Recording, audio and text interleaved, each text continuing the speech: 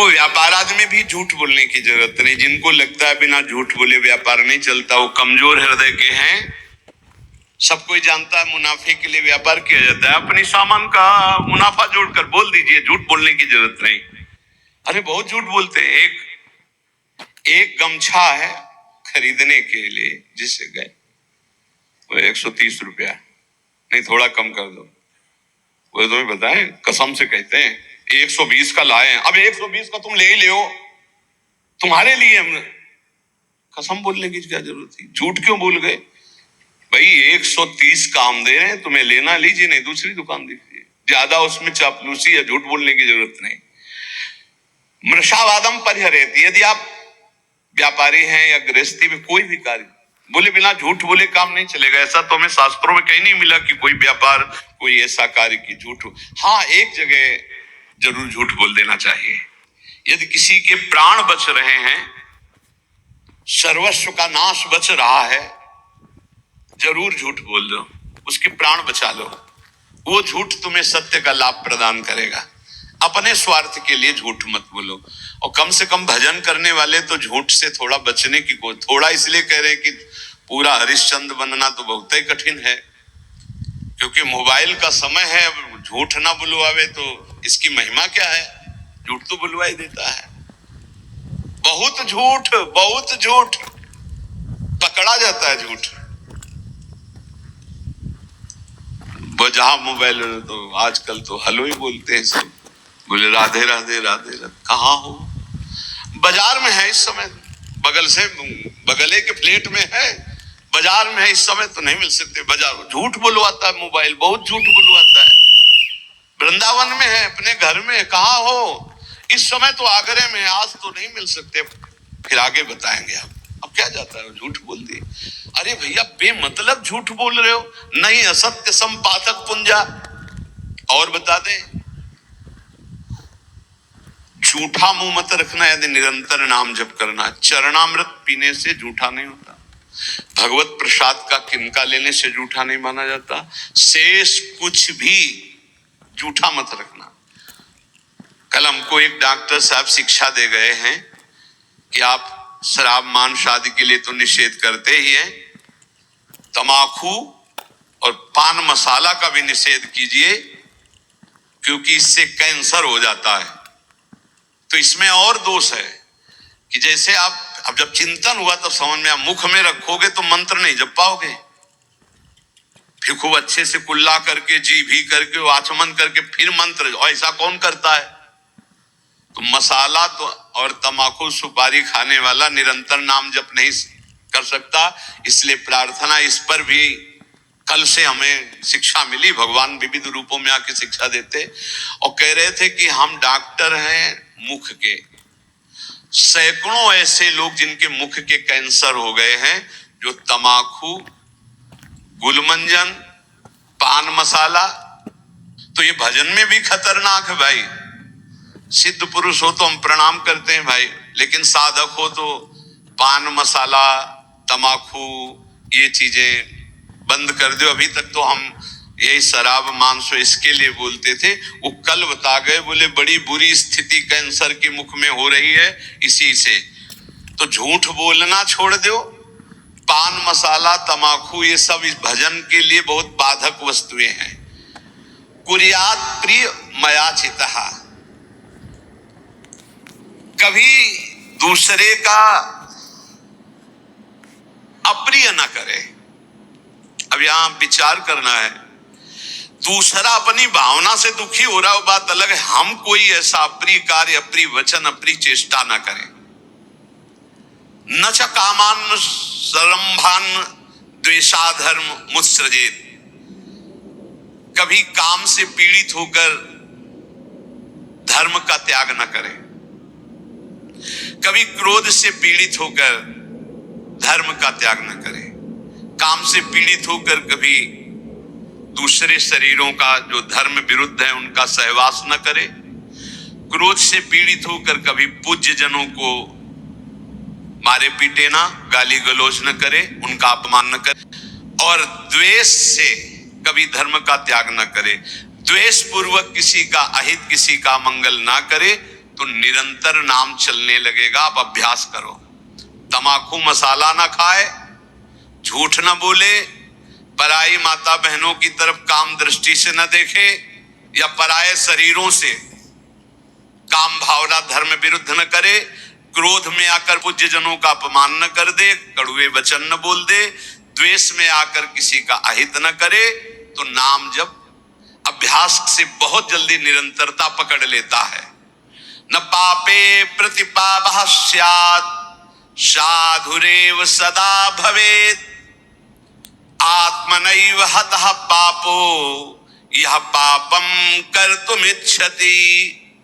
यदि तुम्हारे साथ कोई पापी आदमी पाप का बर्ताव कर दे, यदि तुम नाम जापक हो तो उसके बदले में तुम पाप मत करना। ना उससे तुम बदला चाहना, ना भगवान से, ना किसी और के सहयोग से, और ना स्वयं से। ये भगवत प्राप्ति के लिए है। संसारी आदमी ऐसा नहीं करेगा, वो तो एक थप्पड़ का जवाब दो थप्पड़ में देना चाहेगा, लेकिन भक्त का स्वभाव ऐसा नहीं। कह रहे यदि कोई पापी आदमी तुम्हारे साथ कोई भी गलत बर्ताव, तो हमारा कर्तव्य है कि हम भगवान से प्रार्थना करें, हे प्रभु इसकी बुद्धि शुद्ध कर दो। नाथ यदि इसकी बुद्धि शुद्ध हो जाए तो ये भी महात्मा हो जाएगा, प्रभु इसको दंड मत देना, ये बहुत भूल में है, इसकी भूल को मिटा दो हे नाथ, हम आपसे प्रार्थना करते हैं। इसका प्रभाव ये होगा कि भगवान आपसे बहुत प्रसन्न हो जाएंगे। उसका तो जो होगा वो उमा क्षमा सापौते भारी, वो दंड तो भोगेगा ही भोगेगा पक्का, पर आपने क्षमा कर दिया तो आपके लिए आपके इष्ट बहुत प्रसन्न हो जाएंगे आपसे। जो साधु स्वभाव है वो किसी भी भारी संकट में पड़कर भी पाप कर्म न करे। जैसे एक प्रसंग आता है संकट का, सदन जी का, सदन कसाई जी बड़े महाभागवत थे। ये भगवान श्री जगन्नाथ जी के दर्शन करने जा रहे थे, महान अनुराग रस में डूबे हुए, दो चार घरों से भिक्षा ले लेते हो पाते हुए। फिर तो संध्या समय था, एक घर में भजन करने से एक मुख में विशेष आकर्षण होता है, भागवतिक आकर्षण होता है, जो एक आत्म सुख प्रदान करता है। लेकिन जो विषयी जन होते हैं उनके लिए वो आकर्षण काम में भी बदल सकता है। तो उनको एक नौ युवती जो नववधू थी उस घर में, उसने देखा, उसने कहा बाबा यहीं पा लीजिए। कहा जैसी आपकी इच्छा। जब पाया तो कहा यहीं विश्राम कर लीजिए। कहाँ जाते हो? तो कहा जगन्नाथ जी के दर। तो सुबह चले जाना। अब यहां थोड़ी त्रुटि हो गई। बैरागी को सहसा किसी के घर में शयन करना निषेध है, या तो दरवाजे के बाहर, या देव मंदिर, या ग्राम के किनारे कोई वृक्ष, कोई ऐसा देवालय आदि में, अन्यथा या तो कोई वैष्णव महाभागवत, फिर भी उसके बाहर उसकी सैयाओं पर ना सोए जो घर गृहस्थी की है। सहज सरल चित्त तो उसी घर में शयन कर गए। उनको होगा कोई कमरा ऐसे, और अन्य बड़े घर होते हैं। रात्रि जब हुई तो उनकी वही नववधू आई, उसके पति थे, अभी नववधू हुई थी। उसने काम वेदना से पीड़ित होकर याचना की सदन से। सदन जी ने कहा कि तुम कैसी हो, तुम्हारे पति है फिर भी तुम ऐसी याचना करती हो। चली गई। उनको लगा कि शायद समझ आ गई हो, उसने जाके पति की हत्या कर दी। उसको लगा कि ये इसलिए बड़ा काम पापी स्वभाव का होता है, जब बुद्धि में बैठ जाता है कुछ भी पाप पूरे परिवार को मार सकता है। ऐसा बहुत ऐसी घटनाएं सुनने को मिलती है। वो आयुष ने कहा पति की हत्या कर दी, अब तो स्वतंत्र होना, अब तो भय रहित हो। तो उनका धूर्त कहें कि ये हमने कब कहा, ये महत अपराध करने वाली तो है, तो उसने कहा होश में अगर हल्ला मचा दिया तो जान से मार डाले जाओगे यहीं। तो उन्होंने विचार किया कि बात तो सत्य है। तो उन्होंने कहा धर्म में प्राण त्याग देना सही है, लेकिन अधर्माचरण करना सही नहीं। तो उनका देवी तू चाहे जो कुछ करना चाहे कर ले, पर मैं धर्म विरुद्ध आचरण नहीं करूंगा। उसने हल्ला मचा दिया, गांव के लोग एकत्रित हो गए। क्या ये साधु नहीं है, ढोंगी है, इसको हमने बड़े सम्मान से भोजन पवाया और अपने घर में वास दिया, ये रात्रि में कुछ धर्म विरुद्ध आचरण करना चाहा था, मेरे पति ने विरोध किया तो पति का गला काट दिया। अब मेरे साथ मनमानी करना चाहता था तो मैंने आवाज लगा दी, आप लोग मेरी रक्षा कीजिए। बंदी बना लिए गए, राज दरबार में पेश किए गए। राजा ने पूछा क्या आप अपराध किया? एक बार उन्होंने कहा कि नहीं। तो उस स्त्री ने कहा ये झूठा है, ये दम्भी है, पाखंडी है, साधु नहीं है, वो महापुरुष थे। राजा ने पुनः पूछा तुमने अपराध किया? तो उनका ये जो देवी कह रही उसी के अनुसार मुझे दंड दिया जाए, क्योंकि भगवान की इच्छा, इसीलिए सब विधान बना। दोनों हाथ यहां से काट लिए गए, हाथ कटवा लिया, धर्म विरुद्ध आचरण। अब कुछ ऐसे लेप लगाए गए जिससे रक्त रुक गया। जगन्नाथ जी के दर्शन करने गए तो बहुत हंसे प्रभु से, क्योंकि वो सच्चे थे। उनका प्रभु आप जानते हैं, फिर भी ये लीला, अगर आज हाथ होते तो मैं हाथ जोड़कर आपको प्रणाम करता, पर स्वीकार करो आप हमारा। और जे ही ऐसे किया तो नवीन हाथ उनके प्रकट हो गए। सच्ची मानिए, कह रहे यहां कि आत्मनैव हतः पापो यह पापम कर्तुम इच्छति, पापानां विद्याधिष्ठानम लोभमेव द्विजोत्तम, लुब्धा पापम विवश्यन्ति नरा नाति बहुश्रुताः। किसी भी लोभ या किसी धर्म संकट में फंस करके भी पाप आचरण नहीं करना चाहिए।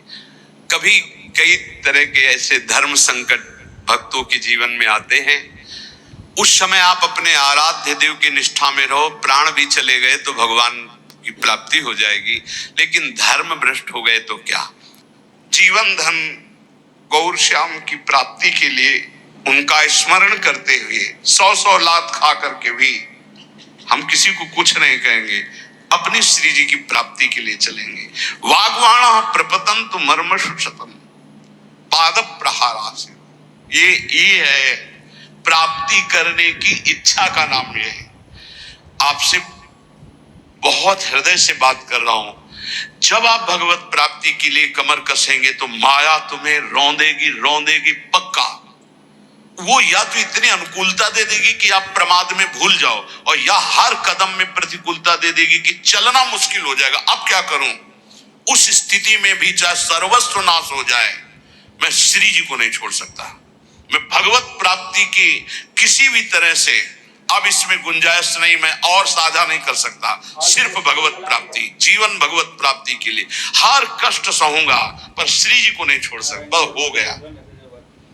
वाग्वाणा प्रपतन्तु मर्मसु शतम् पाद प्रहारा शिरो, चाहे जितना कष्ट दो, 100 लात मारो, 100 गालियां दो, हम वृंदावन नहीं छोड़ेंगे, हम प्रियाजू की उपासना नहीं छोड़ेंगे। सब छूट जाए, सब नष्ट हो जाए, आप जानो आपका काम जाने, हम आपको नहीं छोड़ सकते।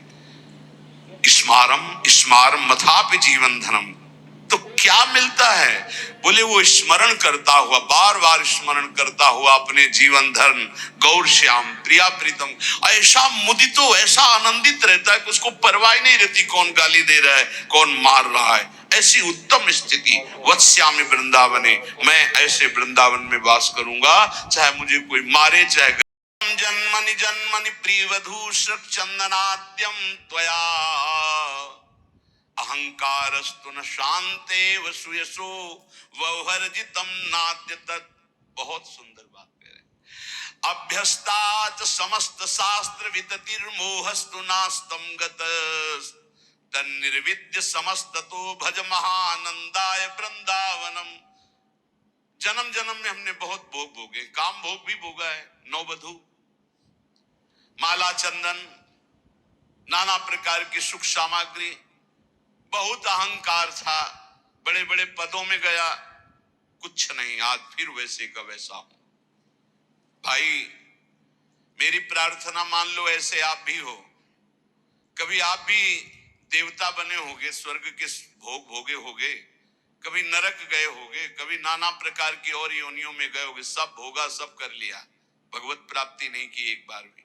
अब हिम्मत कर लो, बहुत शास्त्र पढ़ लिए, ज्यादा पढ़ने की जरूरत नहीं है। कह रहे हैं अभ्यस्ताच समस्त शास्त्र विततिर मोहस्तु, मोह ही होगा, अज्ञान ही बढ़ेगा। क्या अष्टांग योग में चले कि ये सिद्धि प्राप्त करें, कि इस मार्ग में चले कि इस मार्ग में चले। बहुत शास्त्रों का ज्ञान होना दुर्भाग्य ही है। कोई कह सकता है ऐसा कैसे कह सकते हो? क्योंकि वो निर्णय ही नहीं कर पाता मैं किधर चलूं। हजारों मार्गों का ज्ञान है, एक कदम नहीं चला किसी मार्ग में तो दुर्भाग्य नहीं और क्या है। निर्णय निकला, पूरा जीवन हो गया, हर किलोमीटर का ज्ञान है हर रास्ते के, लेकिन चले एक कदम नहीं कि उस किलोमीटर के बाद फिर क्या है, अब गए ही नहीं तो अनुभव ही नहीं है। ऐसा शास्त्र ज्ञान किस काम? आपको भारत के हर मार्ग का ज्ञान है किलोमीटरों का, लेकिन आपने यात्रा किसी भी पावन तीर्थ की नहीं की, तो बैठे बैठे इस ज्ञान से क्या आप परम पवित्र हो जाएंगे क्या? आपने कभी अवगाहन नहीं किया किसी तीर्थ का, किसी धर्म क्षेत्र का, किसी पुरियों का, धामों का, और आपको सब ज्ञान है। वो ज्ञान किस काम का? हलवा की पूरी प्रक्रिया बनाने के आप एक सांस में बता जाओगे, लेकिन कभी बना के पाया? बोले नहीं, तो फिर मतलब क्या रहा? ये शास्त्र ज्ञान तभी सार्थक है जब भगवत साक्षात्कार करो। तो श्रीपाद कह रहे हैं अहंकारस्तु न शांत, ये अहंकार तुम्हारा शांत नहीं होगा। अभ्यस्ताच समस्त शास्त्र विततिर मोहस्तु नास्तम गत, मोह तुम्हारा नहीं जाएगा चाहे जितने शास्त्र पढ़ लो। बोले क्या करें, आप उपाय बताओ। तो बोले हम उपाय आपको बता रहे हैं, महा आनंदाय वृंदावनम भज। भज माने तो सेवा, सेवन कर वृंदावन का, वृंदावन का आश्रय ले, वृंदावन धाम आ जा, रसिकों का संग कर, प्रियालाल के अनन्य हो जा, ज्यादा जानने की जरूरत नहीं। सबसे बड़ा ज्ञान सतवस्तु श्यामा श्याम, वैराग्य इनके सिवा सबसे, प्रीति इनके नाम रूप लीला धाम से, गति इनके चरणारविंद की सेवा, बस इतना ही ज्ञान चाहिए। इतना ही सार ज्ञान है। ये बुद्धि को दौड़ा दौड़ा के थका करके बस प्रभु के चरणों में बैठाल देना है, यही साधना है। श्रीपाद कह रहे कि अब मेरे हृदय में एक बात बैठ गई कि वृंदावन का आश्रय लेकर प्रिया प्रीतम की आराधना करो, इसी में परम विश्राम है। संत वाणी, जो भगवत प्रेमी भगवत प्राप्त महात्मा जन है, वो हमारी छोटी छोटी त्रुटियों से लेकर बड़ी त्रुटियों का सुधार करने के लिए शास्त्र के वचनों का अनुभव करके बोलते हैं। जीवन दो गतियों से गुजरता है। एक गति है जन्म मृत्यु में भटकना, और एक गति है जन्म मृत्यु से मुक्त होना। दो ही मार्ग है। अस्तो मां सदगमय, असत से सद की यात्रा करो, या सद स्वरूप का विस्मरण करके असद में रत हो जाओ जन्म मृत्यु के चक्र में। 84 लाख योनियां हैं कर्मानुसार। इन 84 लाख योनियों में जीव भ्रमित होता है। इस योनि में एक एक योनि लाख लाख प्रकार की है। एक योनि लाख लाख प्रकार की है। अब जैसे रेंगने वाली योनि, अब रेंगने वाले में कितने प्रकार के जीव हैं, सांप हैं, घन खजूर हैं, केचुआ, कितने प्रकार के जीव हैं रेंगने वाले में। एक है जलचर, अब जल में कितने प्रकार के जीव हैं, वायु में उड़ने वाले कितने प्रकार के जीव हैं। एक एक योनि में लाख लाख योनियां, उन लाख लाख योनियों में कई कई बार जन्म। बड़ा प्रपंच है, बड़ा दुर्गति है जीवों की। अन्य योनियों के साथ जो दुर्व्यवहार हो रहा है बहुत ही घृणित है। कैसे? 1.5 घंटा धीरे धीरे जला जला करके पका रहे हैं पशुओं को, फिर उन्मत्त होकर मदिरा पान करके उसका खान पान कर, क्या कैसी दुर्गति जीते जीव अपनी कर रहे हैं। 84 लाख योनियों में एक एक योनि में लाख लाख प्रकार की योनियां, एक एक योनि में लाख लाख बार जन्म होना। ऐसे थोड़ी है प्रपंच हाहाकार डिसीजन इसलिए कर रहे हैं कल्याण कर ले, भूल मत कर, यही एक चांस है मनुष्य दे जिससे तू अपना कल्याण कर सकता है, अन्य योनियों में नहीं। अब सोचो उस जीव की क्या हालत है, हाथ पैर बंधे हुए लोहे की छड़ में फंसा हुआ है, आराम से धीरे धीरे अग्नि उसे जला रही, वो कीक रहा है, चिल्ला रहा है और वो आनंदित हो रहे हैं। वो थोड़ा थोड़ा पीते जा रहे हैं, देख रहे हैं पक रहा है, पका लो। तुम्हारे तो खाने के काम में आएगा, तुम खाने के भी काम में नहीं आओगे। ऐसी तुम्हारी हालत काल करेगा, जब वो जलाएगा तो तुम खाने के काम में भी नहीं आओगे। बहुत होश में, बहुत होश में, बहुत होश में। ये कर्म तुम्हारा कहीं बख्शने वाला नहीं, तुम्हें दंड देगा। 84 लाख योनियां, एक केवल मनुष्य योनि जिनमें आप अपना उद्धार कर सकते हो। मानव जीवन गिने चुने श्वासों वाला है, गिने चुने श्वासों वाला। इतनी श्वासें आपकी हैं, बस प्रतिपल माइनस होता चला जा रहा है, खत्म होते चली जा रही। ये हम आनंदित हो रहे हैं, 30 वर्ष के हो गए, 35, अरे आनंदित नहीं, 35 वर्ष गए जीवन के मूल कार्य के लिए जो आए हो भगवत प्राप्ति, उसमें क्या किया? बोले कुछ नहीं, अभी तो खेलने खालने की उम्र है। मरने की उम्र कौन सी है? कभी भी तो मर सकते हो, तो अपना काम क्यों नहीं बना लेते? राधा राधा राधा, यही अवसर है जीव आवागमन के अनादि चक्र से अपना छुटकारा करके अपने स्वरूप में स्थित हो सकता है, भगवत प्राप्ति कर सकता है। जन्म मृत्यु का चक्र कब तक चलेगा अकल्पनीय, कल्पना भी नहीं कर सकते। काल चक्र आपको घुमाता रहेगा, इसलिए मनुष्य जीवन में भगवत प्राप्ति का अवसर है। ये काम, क्रोध, लोभ और मोह, ये 4 प्रधान ऐसे हैं जो इस चक्र को चलाते रहते हैं। आवागमन, पुनरपि जननम पुनरपि मरणम पुनरपि जननी जठरे शयनम, ये चक्र चलाते रहते हैं। काम, क्रोध, लोभ, मोह, इन्हीं को नरक की गति कहा गया है। इनमें से किसी में भी एक में पैर पड़ जाए, काम में, क्रोध में, लोभ में, मोह में, फौरन चारों आज करके उसे घुमाने लगेंगे, बार बार जन्म, बार बार मरण। नरक की दारुण यंत्रणा हर योनि में उसको प्राप्त होगी। केवल मनुष्य योनि ऐसी जिससे अपने को बचा सकते हो। केवल मनुष्य ही सत्कर्म करने में स्वतंत्र है, नवीन कर्म करने में स्वतंत्र है। अन्य प्राणी तो पूर्व में जो संचित कर्म गोदाम लगा उसी को भोगते रहते हैं। वो अशुभ कर्मों का नाश करते रहते हैं, भोग भोग करके वो नवीन कर्मों का उपार्जन नहीं कर सकते। मनुष्य नवीन कर्म उपार्जन कर सकता है। मनुष्य कर्म करने में स्वतंत्र है। मनुष्य ही है जो अपने कर्म संस्कारों को भस्म कर सकता है, दूसरा कोई योनि नहीं। अब उसे सोचना है कि जो आपके गंदे कर्म जमा हैं उसमें और प्लस करना है या आग लगाना है पूरी गोदाम को। स्वतंत्र हो आप। काम, क्रोध, लोभ, मोह, ये जिनके जीवन में है, निश्चित समझो उनका जन्म मरण पक्का है, जन्म मरण पक्का है। इन चारों को मिटाने के लिए 4 ये पहलवान ताल ठोक के खड़े हैं। काम, क्रोध, लोभ, मोह ये शत्रु, तो सत्संग, परोपकार, वैराग्य और नाम जप, ये 4 ऐसे हैं कि इन चारों को चटनी बना देंगे। रोज सत्संग सुनो, अपने भोजन में से चाहे एक रोटी निकालो, रोज दूसरों के उदर में जाने वाला विधान करो, परोपकार की भावना और वैराग्य। जननी जनक बंधु सुत दारा, तन धन धाम सुहृद परिवारा, सबकी ममता ताग बटोरी, मम पद मन ही बांध बर डोरी।